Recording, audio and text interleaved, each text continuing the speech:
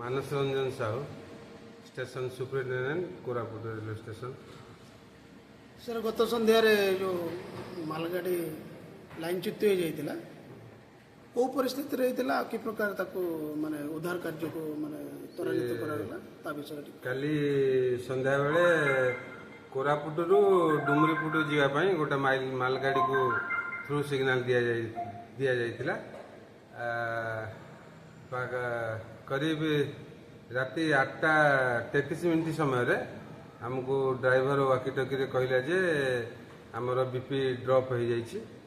तापर पुणी 5 मिनट पर से कहला जे आम चेक कलु इंजिन रु 6 एवं 7 वागन दीटा वागन लाइनच्युत हो जाइए। तुरंत स्टेशन मैनेजर आउ डीटीआई सार एवं कंट्रोलर को सूचना दियाला। तापर आमर जो एक्सीडेंट रिलीफ ट्रेन जोटा एआरटी अच्छी 8:45 ऑर्डर है से एक्सीडेंट साइट को जीवाई। राति 9:25 एक्सीडेंट रिलीफ ट्रेन आम छाड़ी एक्सीडेंट साइट को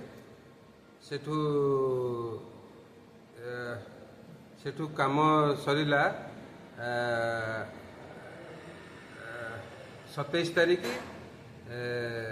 राति 4:15 समय आमको ट्रैक फिट मिलला इंजीनियरिंग विभाग आउ राति 4:30 समय सिग्नल विभाग ट्रैक फिट मिलला। तापरे आमर गाड़ी स्वाभाविक चलला। सर समलेश्वरी एक्सप्रेस भी कल लेट रे पहुंची कौन से कारण द्वारा बाटर रही ता विषय कौन कह। समलेश्वरी एक्सप्रेस काली बाईगुड़ा आउ काकरीगुआ मध्य गोटे मालगाड़ी स्टल हो जाइतिला। से कारण से डिटेंशन होइतिला। से गाड़ीटा सेक्शन क्लियर कला परे समलेश्वरी पुणी आउ विशाखापट्टनम इंटरसिटी दीटाक आसला राति 11:30 पाखापाखि आसला। वर्तमान लाइन बर्तमान स्वाभाविक सबू गाड़ी चलছে अप डाउन स्वाभाविक भाव में सबू गाड़ी चलছে।